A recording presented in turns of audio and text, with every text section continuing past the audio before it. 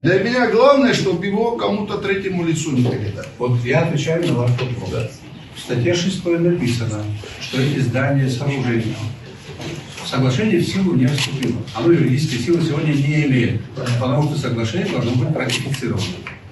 Оно юридической силы не имеет. Никто никому ничего еще не передал.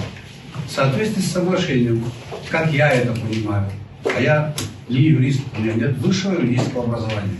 Это соглашение готовили наши юристы в администрации президента, в правительстве, и возможность корректировать данное соглашение имели юристы парламента, которые этого не захотели по разным причинам с апреля прошлого года.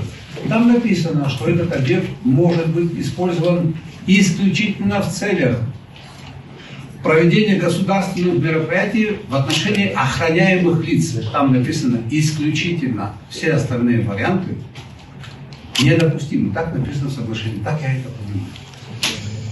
Вот ответ на ваш вопрос.